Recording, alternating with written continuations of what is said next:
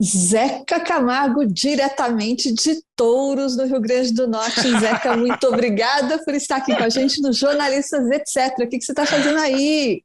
Bom, em primeiro lugar, obrigado pelo convite, Thaís, ótimo. Eu já estava de olho nesse programa, saber quando eu fosse participar, quando eu iria participar. Eu estou trabalhando, né? Aqui é um grande ponto turístico do Rio Grande do Norte e é um evento sobre turismo. E não sei por que eles vivem me convidando para essas coisas sobre viagem. Eu não sei, entende? Não sei bem Por que direito. será, né, Zeca? Com 4 voltas ao mundo no currículo e uma coleção de 14 passaportes preenchidos, Zeca Camargo é um viajante serial. Já esteve em mais de 100 países como jornalista, turista e escritor. Da primeira geração de VJs MTV, ele foi repórter de cultura na Folha, editor especial da revista Capricho, apresentador do Fantástico, do Reality No Limite e do Video Show na TV Globo, onde também atuou atrás das câmeras, ajudando a criar programas como No Limite e quadros no Fantástico. Aos jornalistas e etc., Zeca conta quais são suas estratégias para fazer boas entrevistas com gente que já cansou de falar com a imprensa dos 4 cantos do mundo, como Madonna, Lady Gaga e Paul McCartney. E antecipa como vai ser seu novo programa na Band, um quiz show, que é um jogo de perguntas e respostas.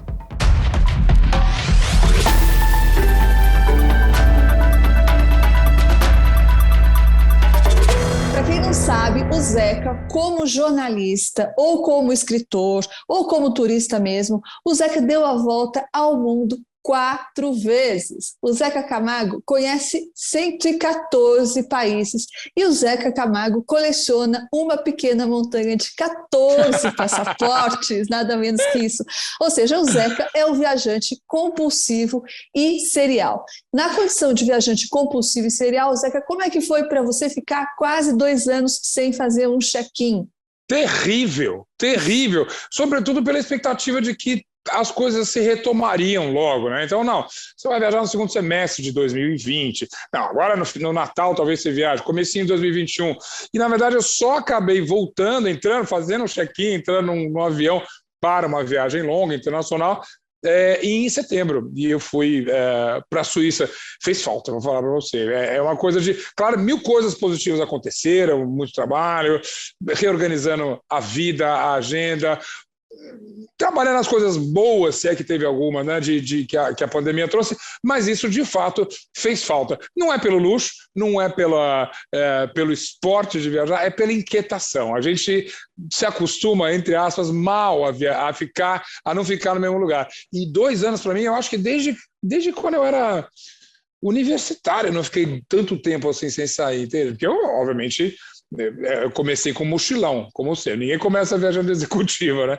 E desde essa época, eu acho que eu não me lembro. Estou falando para eu falar de universidade, eu estou falando do começo da primeira metade dos anos 80. Então tem uns 40 anos ali que eu não ficava tanto tempo sem viajar para fora do Brasil. Mas quando a gente fala que você deu a volta ao mundo 4 vezes, isso é literal? Literal, É literal. Eu ainda brinco que são 4 vezes e meia, faltou contar essa meia. Essa não é tão literal assim. O primeiro grande projeto que eu fiz de televisão viajando chamava-se Aqui se fala português. E eu fui a todos os países, inclusive Macau, Goa na Índia, Timor-Leste, essa coisa toda, e todos os países africanos, é claro, que falam português, mas a gente não chamou isso de Volta ao Mundo e não chegou a ser também, porque ela foi picada. Aí sim, em 2004, no Fantástico, então, eu fiz o que a gente batizou de A Fantástica, a Volta ao Mundo, que era uma aventura que eu não sabia o destino. Na verdade, a cada semana, o público, eu ia falar internautas, olha só, o público das antigas, eles ligavam e escolhiam um destino para eu ir. E essa, sim, foi a primeira volta ao mundo que posso falar de boca cheia. Foram 18 semanas, 17 países, porque a gente ficou 2 semanas na Grécia, era a época das Olimpíadas da Grécia, então tinha um acordo assim. E aí, depois disso, eu fiz mais uma pelas maiores cidades do mundo, uma série também fantástica. Depois eu fiz uma pelos patrimônios da Unesco, patrimônios da humanidade, claro, ameaçados. E, finalmente, depois, 2014, eu fiz uma que era pelas televisões do mundo todo. Eu dei outra volta ao mundo, viajando pelas TVs do mundo todo. Mas 2014, já tô dando cold turkey aqui, já estou sentindo falta. Mas agora você está descontando tudo, né? Zeca, você como repórter da Folha, como correspondente que você foi da Folha em Nova York, e também apresentador da MTV, você também entrevistou uma porção de gente, estrelas de primeira grandeza, tipo Lady Gaga, Madonna, Kurt Cobain, né? E daí, a minha curiosidade é a seguinte, são pessoas, primeiro, muito acostumadas a dar entrevistas e pessoas até um pouco enfastiadas de dar entrevista. E você disse, porque evidentemente que eu não sou a primeira pessoa a te perguntar isso, mas numa entrevista com você, você disse que para conseguir uma boa entrevista com essa turma, estrelas de primeira grandeza, internacionais e tal, você tem que ganhá-los e para ganhá-los você tem que entretê-los. Isso me chamou a atenção porque é um pouco diferente da dinâmica que você estabelece com, né, político. Você não tem que entreter o político, você tem que fazer uma boa entrevista, requer outra coisa. Por que essas pessoas você tem que entreter? São mimados? É porque... Realmente não é a primeira vez que alguém faz essa pergunta, mas ninguém tinha tinha colocado dessa maneira, que é curioso. Essas entrevistas de show business, elas são, como a gente briga, padaria. Quando eu tenho 10 minutos com a Madonna, e são 10 minutos mesmo, né? Se tiver um chorinho é 15, você é o número 8 daquele dia. Então, é maçante, de fato. Não só isso, eu acrescentaria a tua pergunta, você tem que entretê-lo e rápido. Você tem 2 minutos no máximo para provar que você não está lá para fazer as mesmas perguntas, que você não vai aborrecê-la. De fato, tantos artistas, se senta na frente deles, tem uma cara assim, ó... Mais um, entende? Meu Deus, mas e como que você pode entreter a Lady Gaga ou Kurt Cobain quando ele era vivo? Né? Bom, primeiro de tudo, com elogios, né? Essa é a regra de ouro para entrevistar qualquer pessoa do show business. Elogie, e de fato, no meu caso, eu sempre entrevistei pessoas que eu admirava muito, o elogio via fácil. Né? Um show que eu tinha achado maravilhoso, tinha adorado a música nova, coisa assim. Fora toda essa... Uma vez trabalhada a vaidade, sempre um comentário pessoal. Você tem uma brincadeira, eles, até porque já tem um media training para isso, eles fazem um comentário, Brasil, nossa, meu show do Brasil foi incrível, mesmo que ele não se lembre de uma passagem do show do Brasil. Então tem uma troca de amenidades ali. E aí você tem que pegar qualquer coisa ali e transformar isso numa conversa. Eu dou um exemplo rápido que foi o da Madonna, que eu entrevistei a última vez. Ela pronunciou o meu nome, a gente já estava ajeitando microfone, luz e tudo, e ela falou, you're from Brazil, you're Zeca. E você, obviamente, já viajou, fala inglês melhor do que eu. Se você soletrar o meu nome para o americano, ele vai falar Zica. Zica. E eu já estou acostumado, mas a Madonna vira e falou assim, hello, Zeca.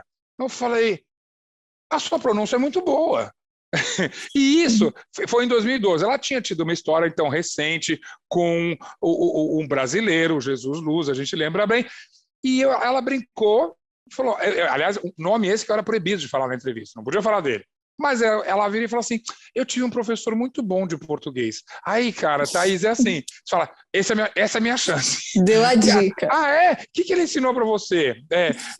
Só as palavras certas para falar na hora certa. Eu falei, eu conheço os brasileiros. Isso não estava gravando, mas foram 40 segundos de interação ali que me garantiu uma entrevista tão boa, espontânea, simpática. Essa entrevista, especialmente, ela foi no Fantástico, mas ela saiu na CNN, ela repercutiu no New York Times, porque ela falava uma questão que ela acusava a Marine Le Pen, a política francesa de extrema-direita e tudo. Então, esse começo, se você consegue entreter esse artista, você ganha um mundo, literalmente, porque ele está lá para responder as perguntas de sempre. E você tem que provar que você não vai fazer as perguntas de sempre. Muito bom, muito bom. Vou adotar essas dicas porque eu tenho a impressão que elas funcionam também com políticos, sim. Eu acho que sim. O elogio certamente funciona. Isso a gente conhece a vaidade dos políticos, né? Agora nesse caso não vai ser com tanta espontaneidade, porque a gente não tem tantos políticos admiráveis quanto tem artistas, né? Não tem muito motivo para elogiar, você tem razão. É verdade. Você tem razão. Ô Zeca, mas ainda falando em entrevistas, quer dizer, entrevistas, elas são uma commodity do jornalismo que parece ter sobrevivido, né? Em todas as plataformas onde você trabalhou. Você começou na mídia tradicional, digamos assim, né? Essas escolas foram Folha de São Paulo, TV Aberta, a Editora Abril e a Globo. Mas depois você passou para todas as outras plataformas e eu tenho certeza que em todas elas a entrevista continuou sendo uma ferramenta importante, né? Fundamental.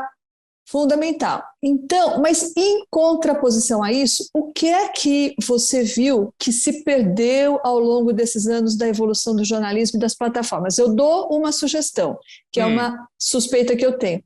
Por exemplo, a crítica especializada. Eu me lembro, no tempo que você trabalhava na Folha, a crítica especializada teatral, de dança, de cinema, literária, era uma coisa muito forte. Os grandes críticos, eles faziam artistas, derrubavam artistas, faziam uma temporada no teatro prosperar ou não. Tinha uma importância muito grande, um peso muito grande dentro do cenário do show business, ou artístico. Sim. Isso seria um exemplo de algo que se perdeu ou perdeu poder e importância nesses tempos? Ela ficou, eu vou usar um verbo melhor, Thaís, ela foi pulverizada. Todo mundo hoje é um crítico, na verdade. Você é um blogueiro, se você não está fazendo recebido, você está dando um palpite sobre o disco da Lady Gaga, a última da Rita Lee cantando em francês, todo mundo dá palpite. Então, o que você tem, o trabalho aqui é um pouco maior. Corretamente você falou, se eu era um crítico da Folha de São Paulo, todo mundo ia ler a Folha, e a Folha tinha aquele peso, todo mundo respeitava, odiava, amada, e em qualquer veículo assim seja. Idem no UOL. Muita gente hoje em dia, eu agora faço parte do UOL também, o que o UOL vai falar, o que o UOL achou e tudo. O que mudou é nosso esforço para chamar a atenção e ter essa credibilidade. De fato, a minha geração nesse sentido, a nossa geração, vem um pouco uma certa vantagem. Eu ainda tenho um certo peso. Essa semana recente eu entrevistei o Nick Rhodes, que é o cara do Duran Duran. E, inevitavelmente, ninguém faria uma entrevista como essa, era o tipo de comentário que eu vi, porque eu já tenho conhecimento de causa, já tinha entrevistado ele, sou fã, já escrevi sobre os discos anteriores, então isso contribui um pouquinho e aparentemente você fala, isso funciona com a geração minha só, né, com a nossa geração. Não, pelo contrário, quando eu falo de música nova, isso também cria um certo barulho. Eu vou te contar uma história rapidinha, maravilhosa. Não sei se você conhece uma artista americana, outra alternativa chamada Grimes. Eu sou apaixonado, ela tem 3 álbuns e meio, ela lança um monte de coisa. Certamente uma artista que eu não posso falar que é da minha geração. Ela começou a gravar final dos anos 2000, 2010, por aí, tá bom. Eu adoro, sou apaixonado e outro dia... Como é que escreve, soletra o nome dela? Grimes, Grimes, tá? Grimes, que obviamente é um nome artístico, enfim. E aí eu não tenho Twitter, mas eu tenho pessoas que cuidam das minhas redes sociais. E aí eles me mandam uma mensagem, falam assim, Zeca, o que aconteceu que você está no TT do Twitter? Eu falei, mas eu não tenho Twitter. Não, um negócio a ver com a Grimes, o que aconteceu? Bom, basicamente, eu fiz um elogio para a Grimes. Ano passado, escolhi ela como um dos discos do ano. Bom, aí a internet se divide, metade falando assim, quem é esse velho? Né? Falando da Grimes. E a outra metade me defendendo, dizendo assim, você não tem noção, ele já entrevistou a Lady Gaga, ele já entrevistou a Madonna, ele já entrevistou a Mick Jagger, porque quando o Zeca fala, você escuta, entendeu? Não sei o que. Aí você fala, uau, nossa, eu não sabia que a minha imagem estava tão disputada assim no cenário atual da música pop. Então, e de fato, o teu valor, se você fala sério, se você interpreta, se você agrada esse artista, se você faz uma boa entrevista, isso agrega. O que aumentou foi o barulho, né? Você não tem mais aquela meia dúzia de faróis dizendo, olha, isso aqui é bom, isso aqui é ruim. Você ainda continua dando a sua opinião, expressando a sua opinião, e ela ainda é importante. O que acontece é que ela está pulverizada. E você tem que gritar um pouquinho mais alto para você ver. E eu acho que vale, tá? Aí você falou de cinema, de teatro, não sei o quê, vale mais ou menos em todas as artes ali. De fato, a minha seara maior ali, apaixonado por teatro, literatura, por tudo, mas é a música. E eu tenho certeza que existem os outros ali que têm uma história como a minha, ou até mais novos, e que estão fazendo esse barulho. Até na gastronomia. Eu não quero nem enrolar, mas eu encontrei a Astrid essa semana e a gente foi almoçar num restaurante que o filho dela, de 13 anos, descobriu com um crítico gastronômico no TikTok. O restaurante é na zona norte de São Paulo. É sensacional. Virei fã, comecei a seguir. Eu não tenho TikTok ainda. Fala o nome. Agora é para você entrar aqui para saber aqui, mas é sensacional. Depois você conta. Então, a Astrid foi sua colega na época áurea da MTV, né? Vocês DJs, você vê todo mundo ainda, essa turma? Pouco, tenho muita saudade. Agora, a MTV faz aniversário dia 20 de outubro. Então, nessa época do ano, é claro, fica todo mundo ou dar aquele abraço. Ainda existem os grupos de WhatsApp de MTV. Quem que você vê ainda? Eu vejo ainda a Astrid, sem dúvida, ou seja, é quase uma comadre, assim. A Marina Persson, direto, assim, e só. Thaís, você precisa lembrar que são 30 anos, e essas pessoas seguiram carreiras muito diversas, né? Eu falei muito com a Maria Paula depois. Rita Lobo é uma amiga minha até hoje, falei com ela outro dia. Rita Lobo, todo mundo, ninguém lembra que ela é da MTV, mas ela começou a carreira dela de vídeo na MTV. O Márcio Garcia, hoje um ator super reconhecido, um apresentador famoso da TV Globo, começou na MTV também. Essas pessoas eu ainda falam. Agora, é igual eu te perguntar, e aí, quem você ainda fala da faculdade, hein? É um pouco isso, a gente tem já uma distância histórica, mas a Astrid eu falo todo dia com ela. Muita gente te conhece como apresentador, como escritor, etc., mas pouca gente talvez saiba que você já trabalhou bastante também atrás das câmeras, né? Bolando programas na área de criação, na área de direção, até você foi diretor da MTV, você foi diretor da revista Capricho também, né? Também. Não é atrás das câmeras, mas é atrás do computador, sei lá. Do papel. Do papel, né? É isso aí.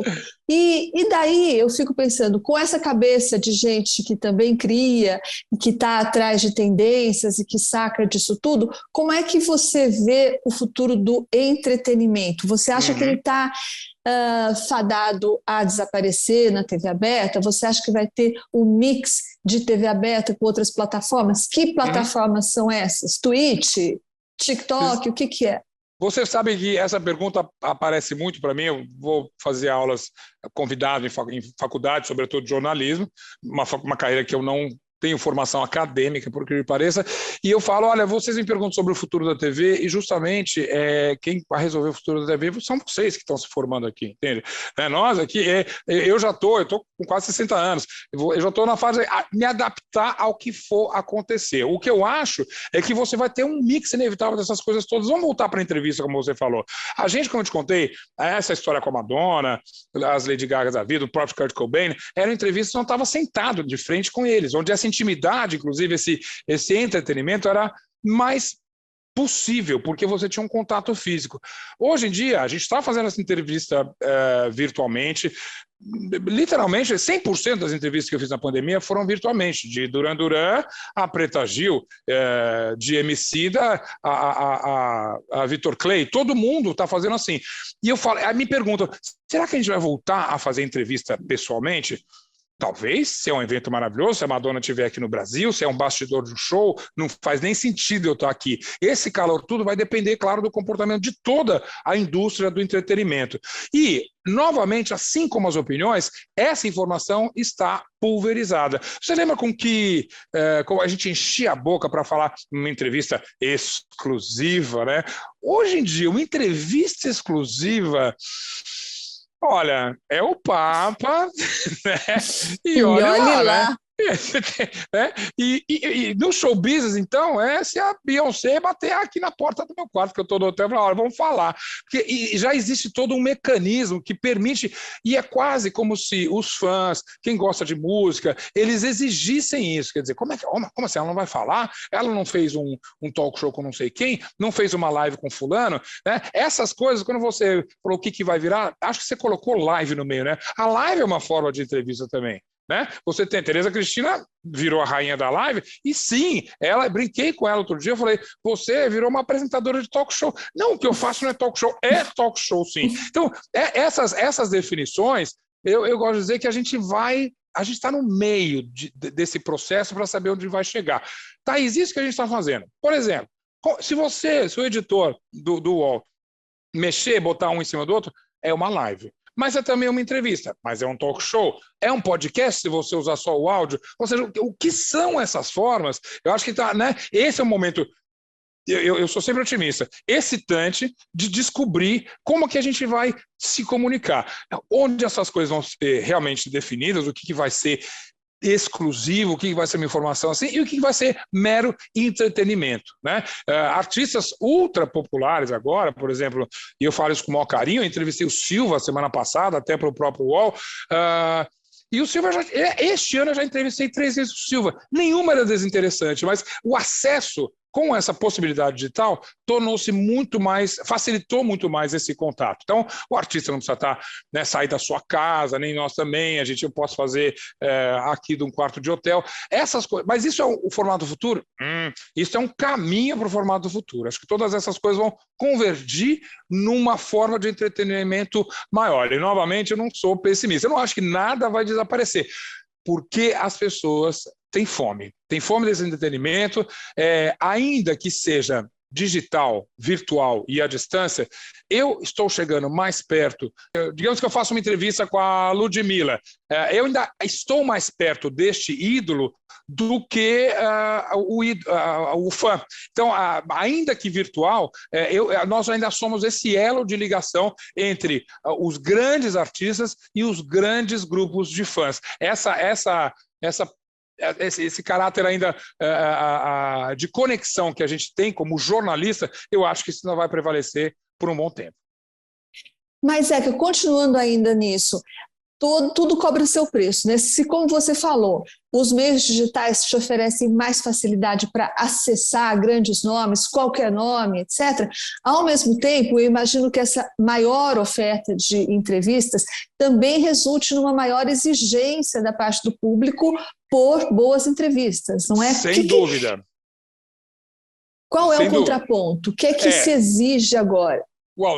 Assim como quando eu falei que a gente tem que falar mais alto para sair do ruído do dia a dia, novamente, aí nós vamos voltar para uma coisa soberana, e aí, Thaís, a gente sabe, aí pode me chamar de velha guarda, mas você tem que ter uma pauta muito interessante. Hoje em dia, eu tenho uma amiga que é uma grande jornalista, ela foi diretora da Globo News, a Eugênia Moreira, hoje em dia está feliz da vida lá em Portugal, mas ela tem uma frase que eu adoro, que eu vou adaptar. A frase dela é o seguinte: as pessoas falam que a frase é a seguinte: as pessoas falam que é difícil fazer televisão. Não, televisão é fácil de fazer. Liga a câmera. Fazer televisão direitinho, essa é difícil. Vamos para a entrevista? É a mesma coisa. Não é difícil. As lives, os selfies, os TikToks da vida, todos esses tornaram os próprios artistas pessoas muito transparentes. Eles quase que se auto-entrevistam. Né? Então, quantas lives, né, você vê e fala assim: o pessoal está falando que eu fiquei triste porque eu briguei com fulano. Não fiquei, juro que eu não fiquei. E aí é uma auto-entrevista. Eu falei, nossa, né? Realmente a nossa figura está cada vez mais obsoleta. Só que não, o que vai fazer diferença justamente é uma entrevista que você fala: opa, isso ninguém perguntou. E aí, diferente da tua área, que é a política, que é obviamente os rumos maiores de um macro cenário econômico, político, de um país inteiro, a gente tem sim condição de dar um furo, de falar de uma coisa diferente, de entreter o artista e fazer ele sair daquela catarse e repetir as mesmas coisas. Sair, inclusive, do selfie, da selfie entrevista. Né? Eu acho isso possível. Recentemente, não citei a Ludmilla há pouco, a entrevista que eu fiz com ela foi maravilhosa, nesse sentido de falar coisas diferentes. Essa entrevista que eu acabei de fazer com o Duran Duran, eu estou fazendo uma série de podcasts para a Deezer também, e eles têm uma grande entrevista, e eu falei recentemente agora com a Marisa Monte, que obviamente, a Marisa, que é uma artista maior, fez uma blitz de entrevista para o lançamento do disco dela, que ela não lançava há 10 anos. Poxa, o disco maior. Nesse sentido, ele não é muito diferente daquilo que a gente se acostumou a fazer desde a época de Folha de São Paulo. Eu preciso chamar atenção. Eu não posso fazer qualquer entrevista, como eu não posso escrever qualquer crônica, não posso escrever qualquer jeito, eu não posso fazer um Twitter, não posso botar um Instagram ordinário. Essa acho que a lição da nossa geração, que eu espero, e eu vejo gente jovem fazendo exatamente isso, que vai dar esse diferencial. É possível você fazer, para te responder, então, uma entrevista que seja destacável, que seja memorável, que seja repercutida. Na minha área, por exemplo, eu falei há pouco tempo com o Emicida, e novamente, o Emicida é um cara super generoso, deu várias entrevistas já, mas só que era uma entrevista maior para o próprio Splash, do UOL, é claro, e a gente conseguiu uma repercussão bacana, que foi bater, inclusive, saiu nas redes sociais do Lula um trecho da entrevista. Então, isso tudo é possível também. A gênese, ou digamos, a ferramenta mais preciosa que a gente pode ter, chama pauta. É verdade, essa entrevista com o Emicida repercutiu muito e bastante além da área do entretenimento, né? Justo.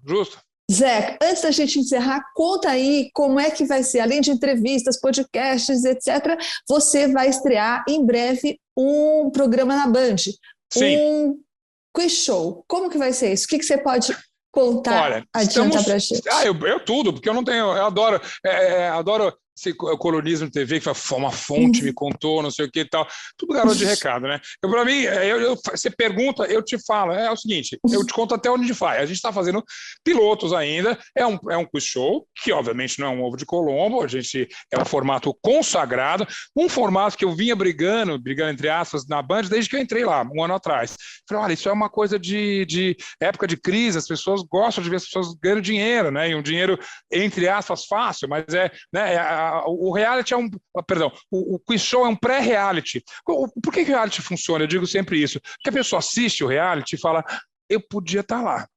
Eu não ia aguentar esse desaforo, ou eu comia aquilo sem problema, eu nadava isso de braçada. O quiz show, você tinha a mesma relação. E a pessoa em casa falando assim, essa eu sei. Essa é dificílima, né? Então, essa empatia que você cria, ela vem da TV, dos primórdios da TV americana, todo mundo lembra do filme Quiz Show, vem dos anos 50. O formato em si não é uma novidade. Você pode melhorar? Claro, porque você melhora da telenovela ao próprio reality. E o que a gente está fazendo... Mas serão anônimos os convidados? Por enquanto serão anônimos, porque justamente você quer criar essa empatia, todo mundo poderia participar lá, né? Quando você, às vezes, mesmo numa era celebridade como a nossa, eu acho que é preciso você criar programas, nichos, onde as pessoas falam assim, eu podia estar lá.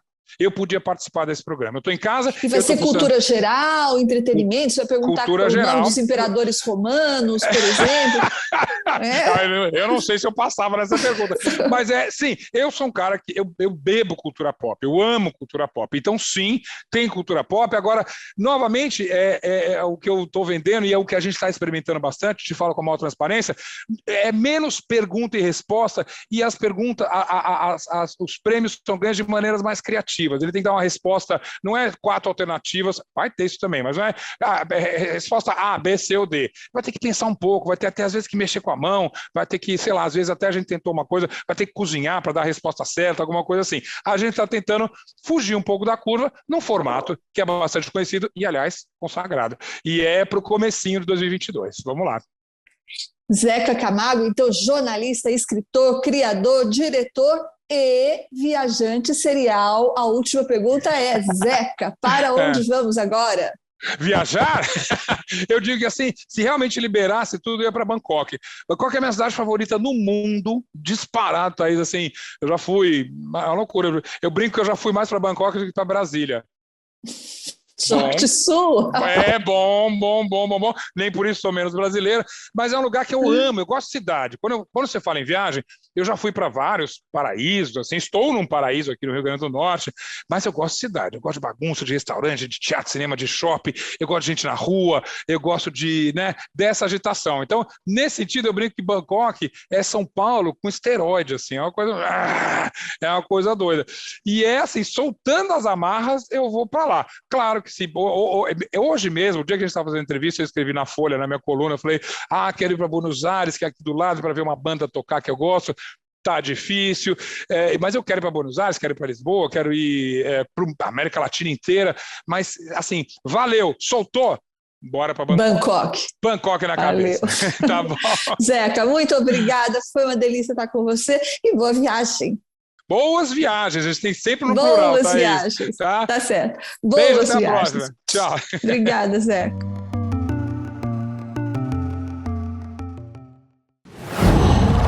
Qual?